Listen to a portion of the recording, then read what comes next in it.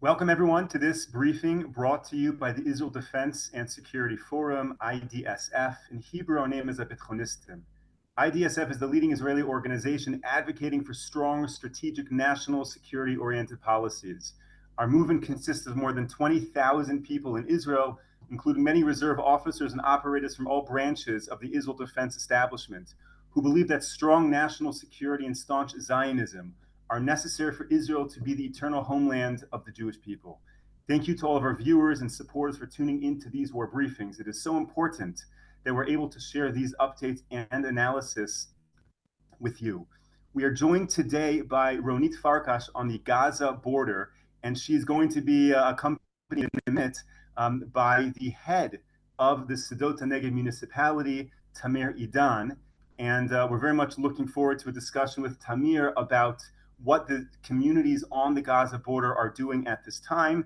And as our briefing progresses, we hope to be able to get Major General Gershon Hacohen on the line for an update from the north. But we'll start off with Ronit. Ronit, you're no stranger to our briefings. Thank you so much for joining us. Again, what can you tell us is the climate and the feeling right now in the communities on the border? Hey, so hi everyone. It's good to be here again. This time as a resident back in my hometown. I wanted to let you know that the only thing, I'm also the head of the municipal community of Moshav Tkuma. It's like a small mayor. And as I tell my residents, the only thing that is certain is that there is major uncertainty around. We have no idea when we will be back. Every month we get delayed by another month. It started in October, they said after 2 weeks, then a month, then December. At the minute, our date is January 31st, but it's not going to be, probably the end of February. And we are also dependent on a school because our school is in Kibbutz Saad. Kibbutz Saad is 2 kilometers from the Gaza border, and you cannot have any educational systems from 0 to 4 kilometers. So we need to build a new school. A school I'm talking about since first grade until 9th grade. And to build a new school could take 2 months, but we have to build it with shelters, and the shelters give an additional month. That means that maybe March or April, all the residents will be able to come back.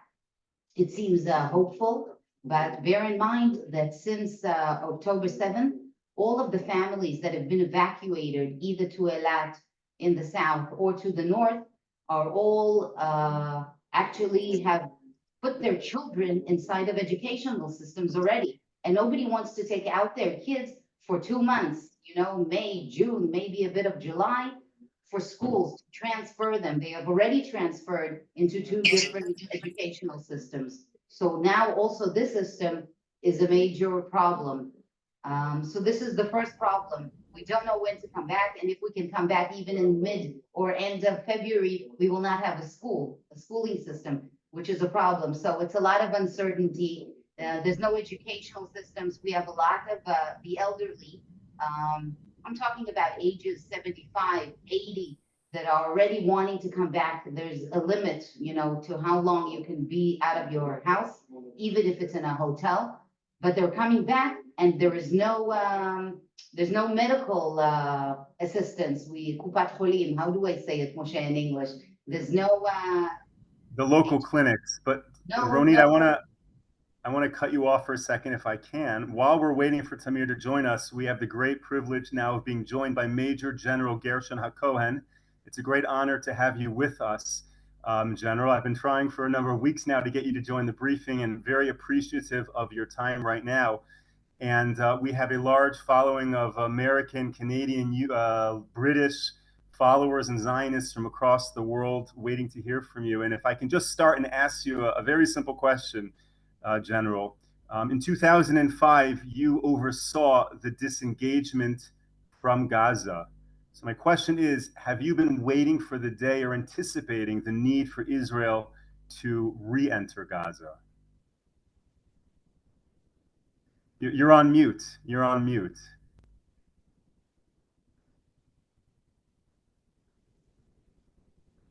Can you hear? Yes, Okay. yes. Of course, yes. In a war game that was taking place in April in the General Staff, about the day after the disengagement, I told Chief of Staff, listen, what we can learn from that war game is that after disengagement will be accomplished, they will go ahead to be better in all ways to threaten Israel, and we will not have a kind of appropriate response because we cannot afford ourselves to cross the border every month, because after the disengagement, it will be considered as a casus belli with missiles to not only Ashkelon, but to Tel Aviv. And therefore, go to Prime Minister, inform him that we are entering to a very strategic trap. What was the reaction of Chief of Staff? He warned me that I'm speaking politically and not professionally. I told him among all the members here, I'm the only one speaking professionally. It was clear, absolutely. And it is absolutely clear, and I wrote about that research, what will be the outcome if, I wish it will never happen, Israel will accept the idea of President Biden for two-state solution with border in the Green Line. No way to defend Israel in this narrow strip of the seashore, and the situation will be much worse than what we suffered in 7th of October. Now, I've heard you speak about the peace deal that Israel has with Egypt, but looking at what's happening now in Gaza, is peace possible in the future with Gaza, or does it always need to be this military strong operation there to keep the terrorism low? All my attitude to peace is according to what every Jew praying every morning. We are saying in the blessing of God brought the sun this morning, creating the sun, creating the light, and creating the peace. יוצר אור ובורא חושך, עושה שלום ובורא את הכל. It means a dialectical message. In one aspect, on one side, if you are expecting that peace will be something that all Americans speaking about, everlasting peace, stable, forget about it, because we are declaring the awareness that even the sun is not fixed. The uprising of the sun every morning is a struggle of God. On the other side, if we are thinking that the sun every morning is just due to natural laws and not really dependent upon God's will, then we are telling that we must look upon the situation of peace. Peace is absolutely breakable phenomena. No way to keep an everlasting peace, even in Europe between France and Germany. Forget about it. Once I'll tell you, the head of BND, it is the Mossad of Germany, was my guest in the Golan Heights. It was 1996. I accompanied him for exploration of Golan Heights along all day. At the end of the day, he told me, Dr. Geiger was his name. I must warn you, forget about making new Middle East according to the dreams like what's going on with Schengen Accord in Europe and the European Union. Forget about it. In Europe, until 1945, so many have been killed. Now, all nations are taking a rest. To that position of taking a rest, they are calling peace. Meanwhile, they have a conflict about nothing. if they'll have a new conflict, they'll fight exactly as in the past. Don't believe in the message of a new human being. Of course, not to believe in Fukuyama declaration, the end of history, that he declares that after the collapse of USSR, before 5 years, I visited Germany with a conference with those working with the chancellor, and they declare about the end of history. Wow. Let me ask you, you mentioned the Golan Heights. You're a resident of the Golan Heights. You were the head of the IDF Northern Command. How do you see things playing out with Hezbollah? What can we anticipate happening? Actually, it is a very severe strategic embarrassment for Israel, because first of all, the threat is very serious. Without huge investment, Hezbollah succeeded to uproot and to uproot the people in the border and to make more than 60,000 Israelis just refugees, far away from their home. And due to that circumstances, they are demanding, of course, justifiable, that if Hezbollah will not be heated and enforced to take a withdrawal from the border, they are not coming back home. Actually, every day, Hezbollah launching rockets, directing anti-tank missiles to civilians' apartments, farms, and due to the fact that they are not at home, we are losing almost no human casualties. But in that circumstances, which family will dare to bring back children to go up there? So we must change the situation. On the other side, no way to change the situation without a huge war that President Biden trying to prevent. Therefore, he's trying to achieve the same goal without fighting, just by bringing the Hezbollah to agree to withdrawal. But anyhow, the withdrawal is not that they are just not at all existing as a threat. They will go far away, 10 kilometers, 15 kilometers, and they are still a threat. And a war against Hezbollah is not only war in Lebanon. Hezbollah today using forces in Syria, in northern Syria, in the front in the Golan.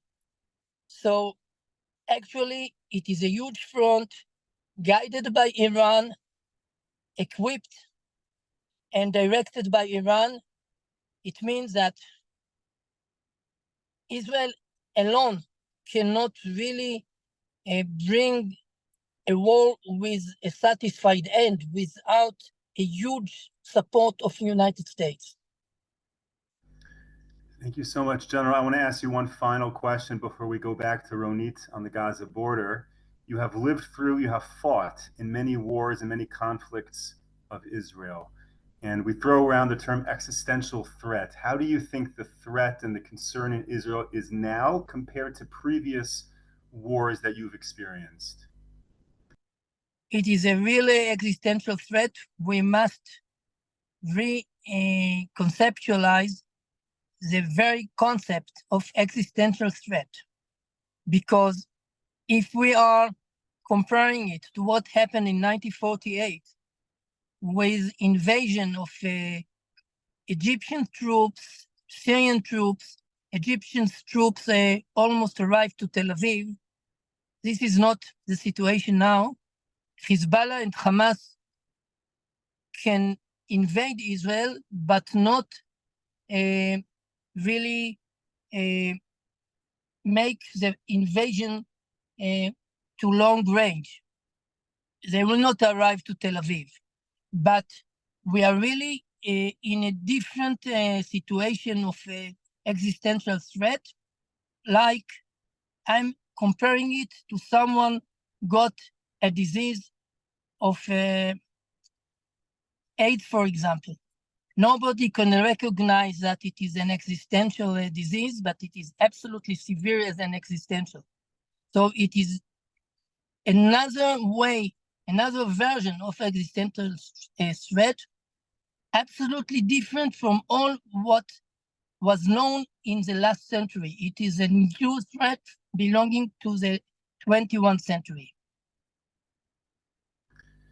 Major General Gershon Hacohen, thank you so much for joining us and enlightening our viewers. You are a major force within IDSF Abitchonistim here in Israel. So thank you so much. And all the best, and we are praying and believing that we will get salvation and victory. Amen. Amen. Thank you so much. We're going to go back for Thank you. Thank you. So it's back to us. Ronit, are you still with us? I'm still with you, and this time I have for you a big treat. Fantastic. We have the head of the regional council, Sdot Neged, Tamir Idan, one of the councils that surround the Gaza border. Gaza border has 5 municipalities around it.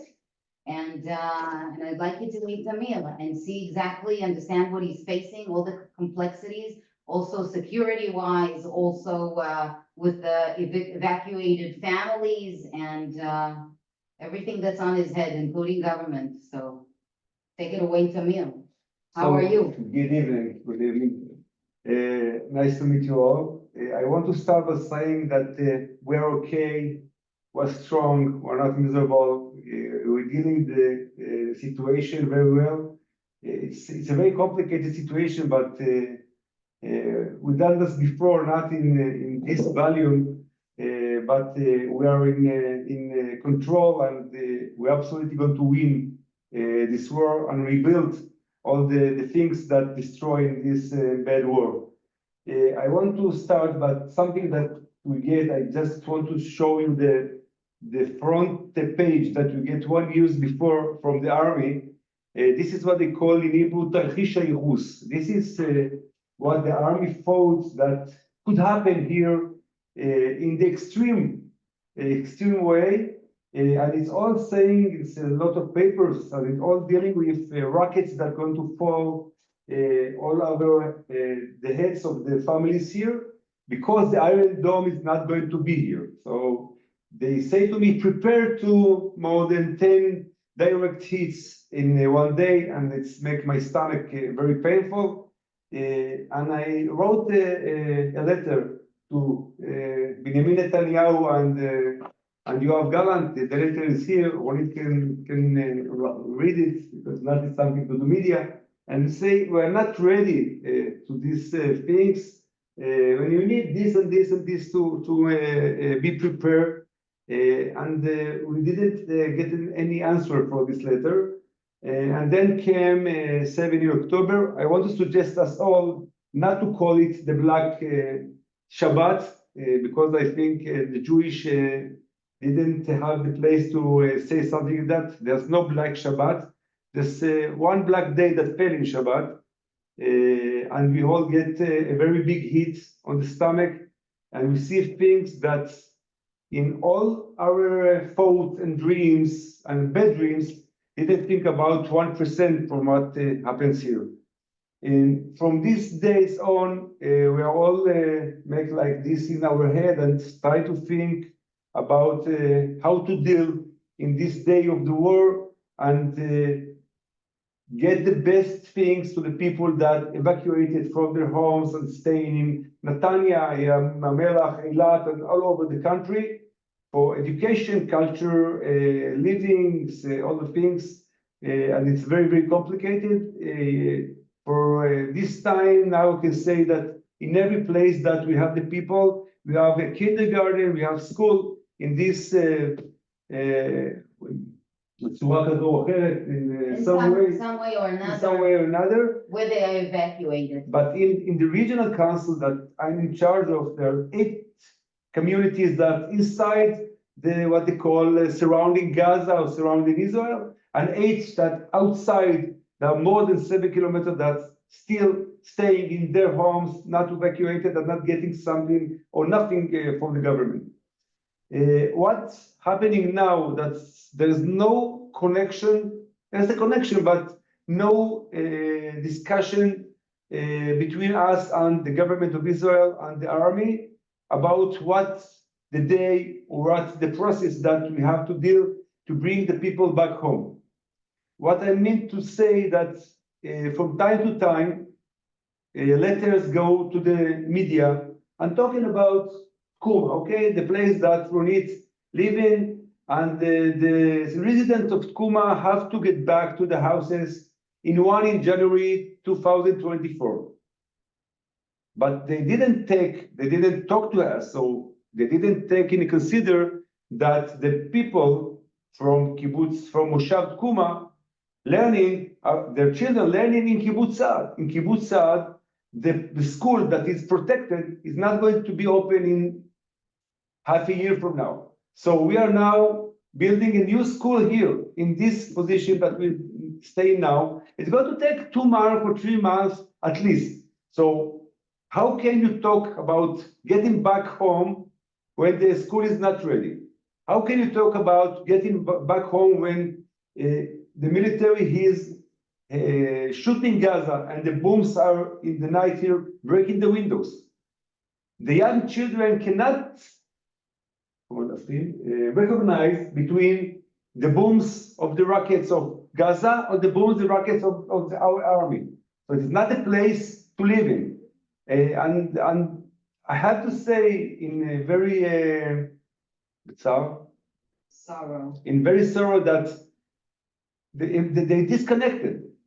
They didn't understand what's happening here. And I think all the matter now is to getting them back because it's costing money to stay in the hotels. But we have a contrast with the army and the government. They break the contrast, not us. They have a commitment to take care of our life and didn't do that.